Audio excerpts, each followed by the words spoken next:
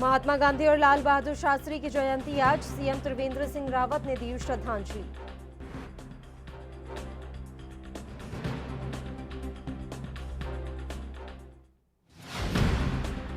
UP के हाथरस कांड के बाद राहुल प्रियंका गांधी को रोकने से भड़की कांग्रेस, ऋषिकेश में जमकर किया विरोध प्रदर्शन, फूंका मोदी और योगी का पुतला।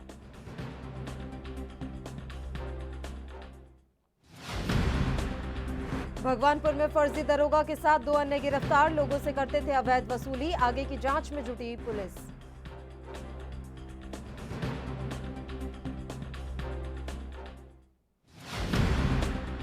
और सितारगंज में ज्वेलर्स की दुकान से 5 किलो चांदी की चोरी के मामले में बड़ा खुलासा, 4 आरोपी गिरफ्तार, 9 सितंबर को हुई थी चोरी की वारदात।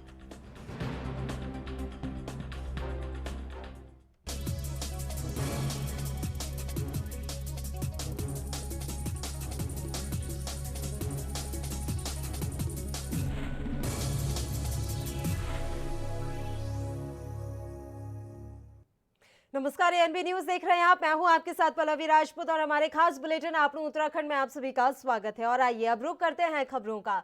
सूबे के मुख्यमंत्री त्रिवेंद्र सिंह रावत ने राष्ट्रपिता महात्मा गांधी और पूर्व प्रधानमंत्री स्वर्गीय लाल बहादुर शास्त्री के चित्र पर आज श्रद्धा सुमन अर्पित किए। मुख्यमंत्री त्रिवेंद्र सिंह रावत ने कहा कि हम आज के दिन को अनेक रूपों में मनाते हैं। देश की आजादी के लिए अहिंसा और सत्याग्रह के सिद्धांत पर चलने वाले राष्ट्रपिता महात्मा गांधी और जय जवान जय किसान का उद्घोष कर देश के सैन्य शक्ति को प्राथमिकता देने और किसानों की मजबूती के लिए कार्य करने वाले देश के पूर्व प्रधानमंत्री लाल बहादुर शास्त्री की जयंती है। उन्होंने जय किसान के उद्घोष से खाद्यान्न के मामले में देश को आत्मनिर्भर बनाने का उस समय ही निर्णय लिया था।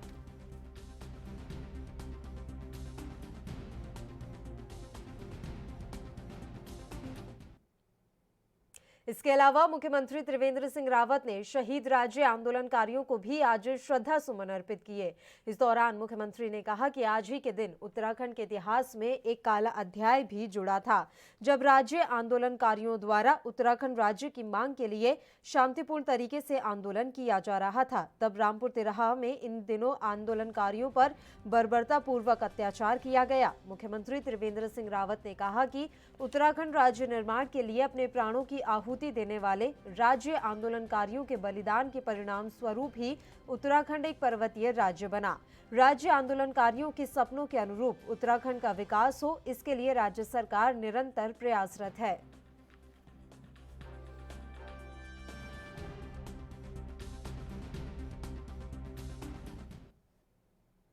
और वहीं देहरादून जिले के विकासनगर तहसील में तकरीबन 2 माह से ज्यादा का समय बीत गया है, लेकिन अभी तक तहसीलदार की नियुक्ति नहीं हो पाई है। लिहाजा लोगों को तहसील से जुड़े कामकाज को लेकर दिक्कतों का सामना करना पड़ रहा है। आपको बता दें कि तहसीलदार के सेवानिवृत्त हो जाने के बाद से अभी तक तहसीलदार की नियुक्ति नहीं हुई है। फिलहाल जिसका कार्यभार नायब तहसीलदार संभाल रहे हैं।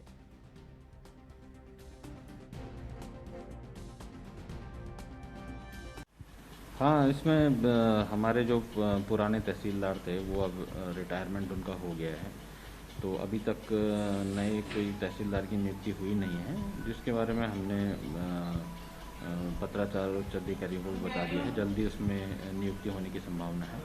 साथ ही जो तहसील में प्रमाण पत्र वगैरह जो तहसीलदार के स्तर से बनते थे, उसमें हम अभी नायब तहसीलदार की तरफ से ही उनको जारी करवा रहे हैं और जल्दी इसमें तहसीलदार की नियुक्ति होने की संभावना है। उसके बाद सभी काम नियमित रूप से चलेंगे।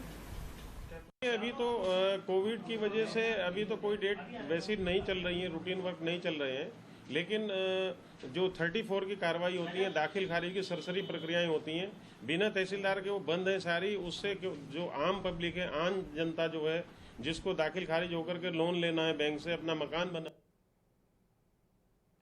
हाथरस गैंगरेप की पीड़िता के परिजनों से मिलने जा रहे राहुल गांधी और प्रियंका गांधी को यूपी के बॉर्डर पर रोकने से अब कांग्रेसी कार्यकर्ता भड़क गए हैं। कार्यकर्ताओं ने स्वर्गाश्रम क्षेत्र में यूपी के मुख्यमंत्री योगी आदित्यनाथ और प्रधानमंत्री नरेंद्र मोदी का पुतला फूंक कर अपना आक्रोश व्यक्त किया। कार्यकर्ताओं ने आरोप लगाया कि योगी और मोदी सरकार दुख की इस घड़ी में पीड़िता के परिजनों को सांत्वना देने से भी कांग्रेस को रोक रही है। दोनों सरकारों दुकानदारों की ये मनमानी कांग्रेस बर्दाश्त नहीं करेगी, जिसका सड़कों पर उतरकर लगातार विरोध किया जाएगा।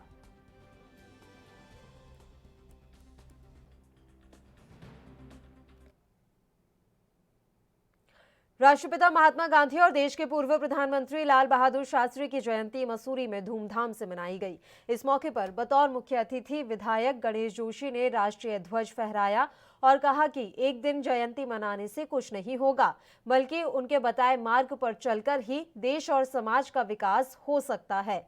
उन्होंने कहा कि जहां महात्मा गांधी ने देश को आजादी दिलाने में महत्वपूर्ण भूमिका निभाई, वहीं लाल बहादुर शास्त्री ने देशवासियों को संघर्ष करना सिखाया।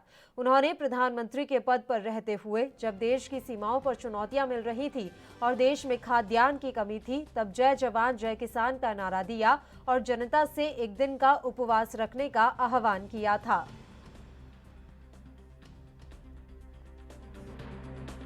गांधी जी ने हमें आजादी दिलाई, क्योंकि आप तो संपन्न परिवार से थे, लेकिन वहीं लाल बहादुर शास्त्री जी ने एक संघर्ष का मार्ग हमें दिखाया। जय जवान जय किसान का आपने नारा दिया और 1962 में जिस प्रकार की शक्ति का परिचय आपने दिया, मैं दिल की गहराइयों से दोनों महान शख्सियत को नमन करता हूं। और मैंने लोगों से आज अपील भी की है कि जयंती सिर्फ हम एक दिन न मनाएं, उनके अगर पदचिन्ह बच रहे हैं तो इसको जयंती। वहीं विकासनगर में गांधी जयंती पर कांग्रेस पार्टी के कार्यकर्ताओं ने अपनी नाराजगी जाहिर की। इस दौरान कार्यकर्ता हाथरस गैंगरेप कांड के बाद पीड़िता का शव रात में जलाए जाने से आक्रोशित दिखे। कांग्रेसी कार्यकर्ताओं ने आज गुरुद्वारा गली चौक पर उत्तर प्रदेश की योगी सरकार का पुतला फूका।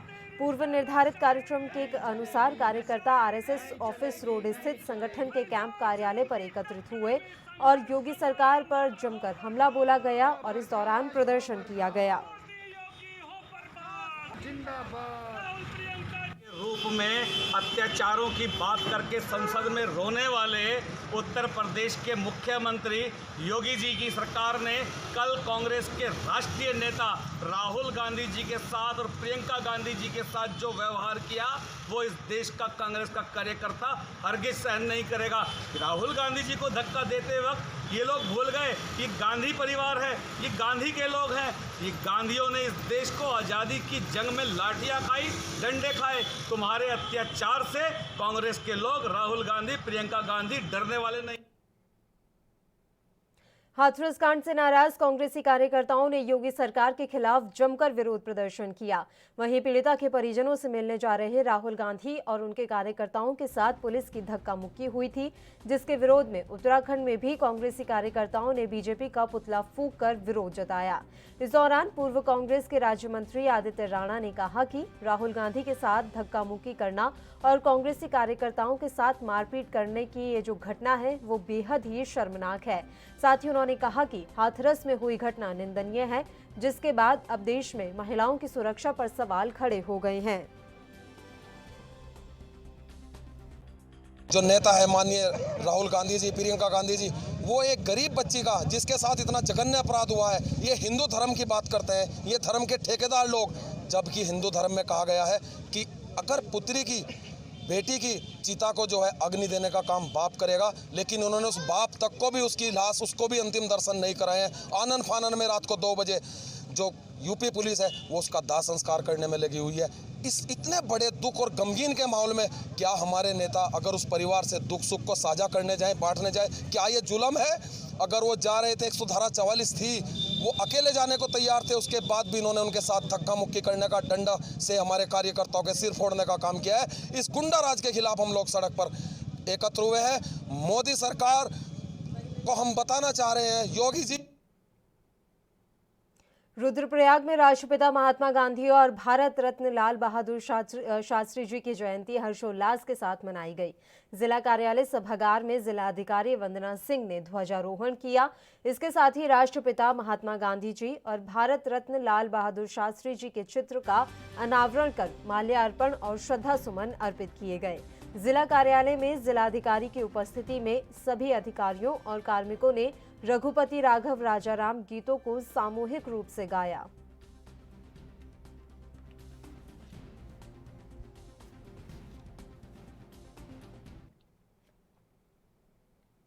वहीं सितारगंज में कृषि बिल के खिलाफ कांग्रेस ने प्रदर्शन किया। पूर्व विधायक नारायण पाल ने कार्यकर्ताओं के साथ केंद्र सरकार के खिलाफ जमकर नारे लगाए और विरोध जताया। नारायण पाल ने किसानों के साथ मुख्य चौराहे पर भीख मांगकर इस कानून के खिलाफ अपना विरोध दर्ज करवाया। इस दौरान उन्होंने कहा कि केंद्र की बीजेपी सरकार किसान विरोधी है। किसानों को कमजोर और पूंजीपतियों को मजबूत करने के लिए कृषि कानून पारित किया गया है। उन्होंने कहा कि मोदी सरकार किसानों को बर्बाद कर मजदूर बना दिया। केंद्र की नीतियों से किसान कमजोर हो रहा है।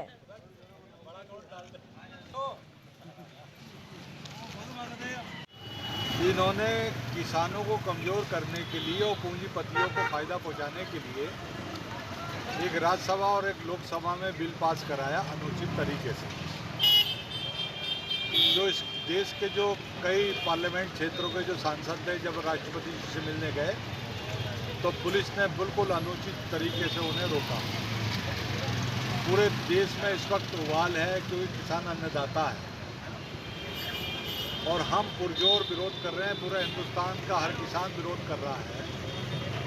ये अडानी और अंबानी और जो पूंजीपति हैं 4-6 उनसे दोस्ती निभाने के चक्कर में इस देश को किसानों को बर्बाद कर दिया नरेंद्र मोदी ने। किसान को आत्मनिर्भर भारत ग्राम संपर्क अभियान के तहत कृषि लोन योजना, एमएसएमई के तहत स्वरोजगार लोन योजना, स्वास्थ्य बीमा योजना और डेबिट कार्ड क्रेडिट कार्ड से जुड़ी जानकारी देने के लिए पंजाब नेशनल बैंक ने डोईवाला के रानी पोखरी क्षेत्र में कैंप का आयोजन किया। इस दौरान क्षेत्रीय लोगों को बैंक ऋण से जुड़ी सभी जानकारी दी गई। गांधी जयंती के अवसर पर पंजाब नेशनल बैंक ने राष्ट्रीय स्तर पर ग्रामीण क्षेत्रों में इस प्रकार के कैंप लगाने का निर्णय लिया है। महीने में 2 बार यह कैंप लगाए जाएंगे, जिससे ग्रामीण क्षेत्रों में रहने वाले लोग सरकार द्वारा चलाई जा रही सभी वित्तीय योजनाओं का बैंक के माध्यम से लाभ लेकर स्वरोजगार कर सकें और आत्मनिर्भर बन सकें।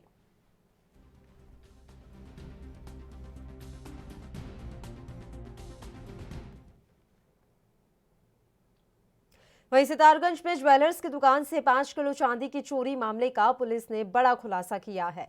मामले में पुलिस ने 4 आरोपियों को गिरफ्तार कर लिया है। जानकारी के मुताबिक सिसोना गांव में 9 सितंबर को ज्वेलर्स की दुकान में चोरी हुई थी, जिसकी शिकायत थाने में की गई थी। एसएसपी के निर्देश पर पुलिस की 3 टीमें गठित की गई। वहीं अपर पुलिस अधीक्षक रुद्रपुर देवेंद्र पिंचा ने मामले का खुलासा किया और उन्होंने ये बताया कि लॉकडाउन के वक्त उन पर काफी कर्जा हो गया था, जिससे निपटने के लिए चोरों ने चोरी की इस वारदात को अंजाम दिया।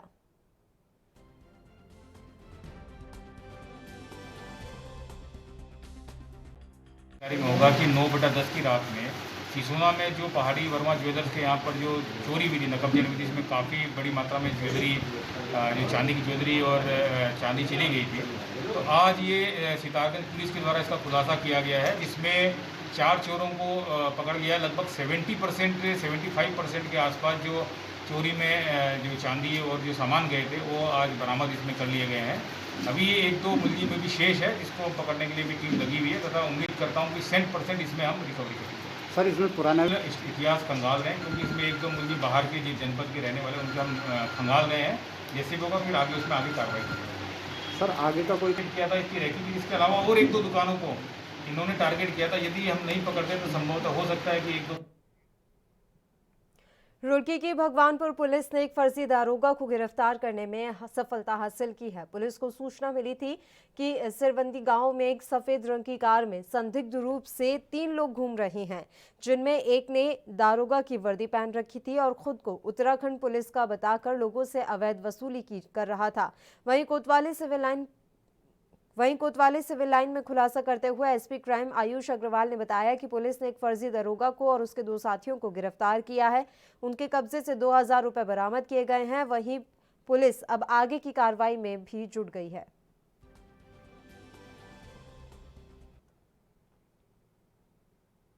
खबरों का सिलसिला लगातार यूं ही जारी रहेगा। फिलहाल एक छोटे से ब्रेक के लिए हम यहां रुक रहे हैं, फौरन हाजिर होंगे।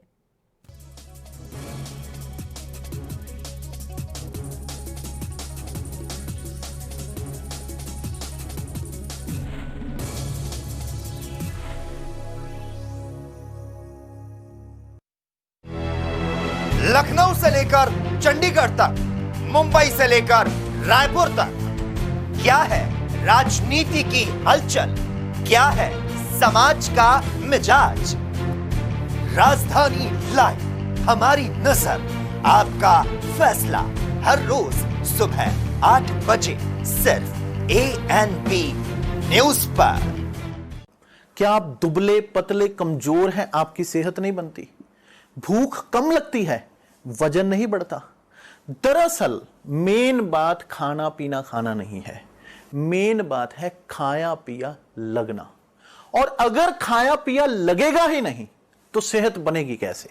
इसलिए हमारी संस्था सन्यासी आयुर्वेदा ने एक ऐसी दवा बनाई है जो कि आपके पाचन तंत्र को, आपके लीवर सिस्टम को ठीक करने का काम करती है, ताकि आप जो भी खाएं उसका पूरे का पूरा निचोड़ आपके शरीर को लगे, आपकी भूख बढ़े, खाया पिया सही से लगे, नया खून बने, हड्डियों में जान आए, वजन बढ़े, ताकत बढ़े, चेहरे पर नूर आए और आप मोटे तगड़े खूबसूरत पर्सनैलिटी के मालिक बन जाएं।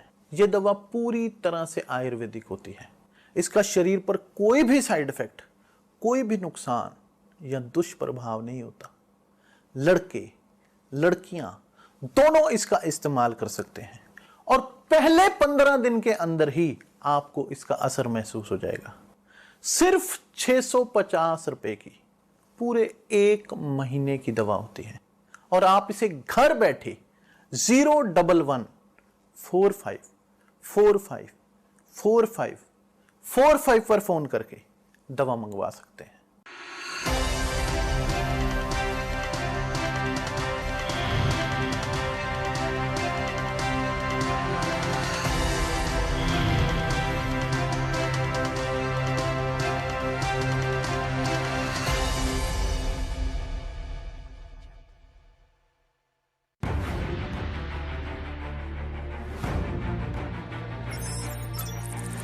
खबर चाहे सियासत की हो या सरकार की,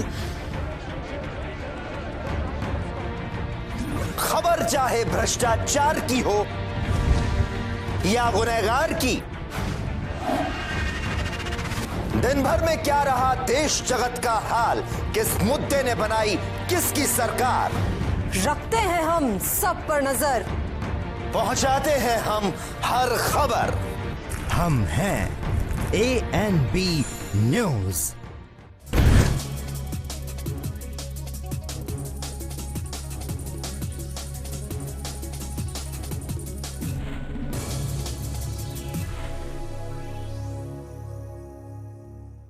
ब्रेक के बाद एक बार फिर से आप सभी का स्वागत है। बढ़ते हैं कुछ और खबरों की ओर। ऋषिकेश में गांधी जयंती के मौके पर भारद्वाज मेमोरियल ट्रस्ट ने सरकारी अस्पताल के अंदर कोरोना महामारी के बीच अपनी सेवाएं देने वाले योद्धाओं को सम्मानित किया। मौके पर मुख्य अतिथि के रूप में राज्य मंत्री भगत राम कोठारी, राज्य मंत्री कृष्ण कुमार सिंघल उपस्थित हुए। सर्वप्रथम मुख्य अतिथियों को शॉल ओढ़ाकर सम्मानित किया गया। इस दौरान मुख्य अतिथियों ने ऋषिकेश क्षेत्र की आशाओं और आशा फैसिलिटेटरों को भी स्मृति चिन्ह और प्रशस्ति पत्र देकर सम्मानित किया। सम्मान मिलने पर आशा कार्यकर्ता काफी खुश नजर आईं और उनके अंदर भी एक अलग सा जुनून देखने को मिला।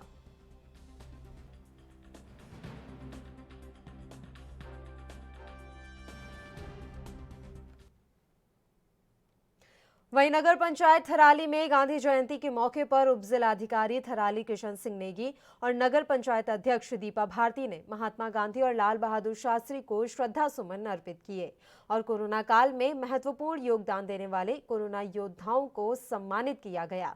जिसके बाद नगर पंचायत के कार्यालय परिसर में स्वच्छता अभियान भी चलाया गया। नगर पंचायत परिसर में व्यापार संघ, स्वास्थ्य विभाग, पुलिस विभाग और सफाई कर्मियों को लेकर कोरोना वॉरियर्स की भूमिका पर सराहना की। नगर पंचायत अध्यक्ष ने सभी कोरोना वॉरियर्स को शॉल भेंट कर सम्मान पत्र दिया। कि 2 अक्टूबर के परिप्रेक्ष्य में यहाँ पर जितने भी कोरोना काल में हमारे कोरोना वॉरियर्स थे, चाहे वो स्वास्थ्य विभाग से हों, चाहे वो सफाई कर्मचारी हों या अन्य विभागों से जो पुलिस डिपार्टमेंट से हों या फिर हमारे व्यापारी बंधु हों, जितने भी लोगों ने कोरोना काल में जो है कि जनता का साथ दिया, जनता की सेवा की, उन कोरोना वॉरियर्स का यहाँ पे सम्मान समारोह आज था। सबको प्रशस्ति पत्र मिला और 2 अक्टूबर में गांधी जयंती पर जो है कि स्वच्छता के लिए एक हम एकजुट रहने का संकल्प लिया कि हम कैसे अपने आसपास के क्षेत्र या फिर पूरे देश को हम स्वच्छ रख सकते हैं। इसमें हमारे जो कोरोना वॉरियर्स हैं, सफाई कर्मचारी, पुलिसकर्मी और स्वास्थ्य विभाग की टीम, हमने उन लोगों को कोरोना वॉरियर्स के नाम हुए। टिहरी में बीजेपी नेता राजेंद्र प्रसाद डबराल के आकस्मिक निधन होने पर बीजेपी कार्यकर्ताओं ने 2 मिनट का मौन रखा और उन्हें श्रद्धांजलि दी। चंबा दुर्गा मंदिर मोहल्ला में आयोजित श्रद्धांजलि सभा में चंबा नगर मंडल के सभी कार्यकर्ताओं ने दिवंगत को श्रद्धा सुमन अर्पित किए। इस दौरान कार्यकर्ताओं ने कहा कि श्री डबराल पार्टी के एक कर्तव्यनिष्ठ, ईमानदार, मृदुभाषी कार्यकर्ता थे। उनके चले जाने से पार्टी को नुकसान हुआ है।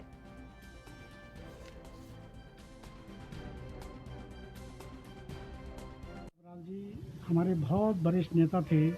वो भारतीय जनता पार्टी के लगातार नहीं तो 35 साल से काम कर रहे थे भारतीय जनता पार्टी के लिए, और वो विभिन्न पदों पर रहे। मीडिया प्रभारी रहे, जिले के पंचायत प्रकोष्ठ में प्रदेश लेवल तक रहे, प्रदेश कार्य समिति के सदस्य रहे और बद्रीनाथ केदारनाथ मंदिर समिति के सदस्य रहे। पार्टी के लिए तन मन धन से समर्पित कार्यकर्ता के रूप में उन्होंने कार्य किया है और हमारे पार्टी को जोड़ने का उन्होंने हमें सेतु के रूप में काम किया है। चंबा में पार्टी अगर ताकत के रूप में है तो राजेंद्र प्रसाद डबराल जी की देन है। आज हम सब कार्यकर्ता बहुत दुखी हैं, दुखी मन से उनको सांत्वना दी है और ईश्वर से प्रार्थना की हम सब लोगों ने कि उनकी आत्मा को शांति मिले, उनको स्वर्गवास हो और ठीक से हो, उनकी आत्मा को ईश्वर शांति दे। हम सबको छोड़ के वो चले गए। बहुत दुखी में हैं लोग आज। हमारा पूरा परिवार, भारतीय जनता पार्टी का परिवार, चंबा ही नहीं पूरे टिहरी जिले में उनको सब याद कर रहे हैं। वरिष्ठ कार्यकर्ता, पूर्व में बद्री क्या समिति के सदस्य परम आदरणीय राजेंद्र प्रसाद डबराल जी का आकस्मिक निधन होने से संपूर्ण चंबा भाजपा परिवार को बड़ी अपूर्णीय क्षति हुई है। रुड़की के इमलीखेड़ा गांव में प्राथमिक स्वास्थ्य केंद्र में एक महिला कर्मचारी ने अपने 2 महिला कर्मचारियों पर परेशान कर मानसिक उत्पीड़न करने का आरोप लगाया है। वहीं नारसन स्वास्थ्य केंद्र पर तैनात विनोद देवी पर पति की बीमारी के लिए 2 लाख रुपए लेने और वापस मांगने पर धमकी देने का भी आरोप लगाया है। पीड़ित महिला कर्मचारी ने एसएसपी हरिद्वार और अन्य अधिकारियों को पत्र लिखकर दोनों के खिलाफ कार्रवाई करने की भी मांग की है। नाम है श्रीमती विनोद देवी। उन्होंने मेरे खिलाफ साजिश रखी है जिसमें कि कुछ लोग और भी शामिल हैं मेरे स्टाफ के ही। वो लोग मुझे बदनाम करने की कोशिश कर रहे हैं, मेरी छवि धूमिल करना चाहते हैं। वो चाहते हैं कि विभाग में जो मेरी एक लोकप्रियता है वो जो है ख़त्म हो जाए और मैं बदनाम हो जाऊं, जिस चीज़ से कि मुझे बहुत दुख है और मैं बहुत आहत हूं। और इतनी आहत हूं कि हो सकता है कि मैं डिप्रेशन में चली जाऊं अगर मेरे साथ कोई दिक्कत आ जाती है तो वही जिम्मेदार होंगे। क्या मामला रहा? मामला ये था कि मैंने सितंबर माह में विनोद वाला देवी को 2 लाख रुपए उधार दिए थे अपने दामाद से लेकर। उसके बावजूद मैं लगातार उनसे अपने पैसों की मांग करती रही, लेकिन उन्होंने मेरे पैसे वापस लौटाने में टाल मटोल की। और जब मैंने देश भर में हाथरस की घटना को लेकर रोष है। जगह जगह कैंडल मार्च और पीड़िता को इंसाफ के लिए आवाज बुलंद हो रही है। वहीं रुड़की के लंढोरा में भी वाल्मीकि, जाटव और हरिजन समाज ने हाथरस में हुई घटना पर रोष जताया और सामूहिक कैंडल मार्च निकाला। साथ ही आरोपियों को फांसी देने की मांग की गई। बता दें कि वाल्मीकि समाज ने कैंडल मार्च लंढोरा वाल्मीकि मंदिर से शुरू किया और अंबेडकर चौक से होते हुए चौकी चौहरा से वाल्मीकि मंदिर पर लाकर ही समाप्त किया। इस दौरान कमलजीत सिंह ने कहा कि दलित समाज का शोषण आज चरम सीमा पर है, जिसका ताजा जो उदाहरण है वो हाथरस की घटना है। तो सोची समझी जो राजनीति है इस मनुवादी सरकार की, ये इन्होंने सबूत भी मिटा दिए हैं जिससे कि किसी भी व्यक्ति पे कार्रवाई ना कर सकें। क्या चाहते हैं? हमारी केंद्र सरकार और राज्य सरकार से यही मांग है कि इन जितने भी इसमें दोषियों के नाम आते हैं उन सभी लोगों को फांसी हो। और मैं इस SC ST OBC समाज की, बहुजन समाज की ओर से मैं एक ही अपील करता हूँ, जितने भी हमारे संगठन हैं, अगर मनीषा बहन को न्याय नहीं मिला हम इस देश का चक्का जाम करेंगे और इस भारत देश को अगर बंद भी करना पड़ा तो हम इसको बंद, भारत देश का जो बंद का ऐलान है वो भी हम करेंगे। साथियों, क्या चाहते हैं? इसका कानून बनना चाहिए? इसका कानून एक ही बनना चाहिए, चाहे वो लड़की SC समाज की हो या लड़की जनरल समाज की हो या OBC समाज। सुनकर बहुत दुख हुआ, हमें बहुत परेशानी हुई, मन को बहुत पीड़ा हुई कि हमारे समाज के लिए, दलित समाज के लिए योगी सरकार के उसमें ये क्या अत्याचार हो रहा है। इसके तो किसी के भी रोंगटे खड़े हो जाएंगे इस बात को देखकर। ऐसे कानून बनाया जाए। मैं नरेंद्र मोदी से भी निवेदन है मेरा कि ऐसे कानून बनाया जाए, ऐसे अपराधियों को जल्द से जल्द फांसी लगनी चाहिए, चाहे वो कोई भी जाति का हो, किसी भी धर्म का हो, वो सब धर्म को नाश। और आप लोग उत्तराखंड में फिलहाल के लिए इतना ही। मुझे दीजिए इजाजत। देश प्रदेश की तमाम ताज़ा और अहम खबरों के लिए आप देखते रहिए ANB न्यूज़। नमस्कार।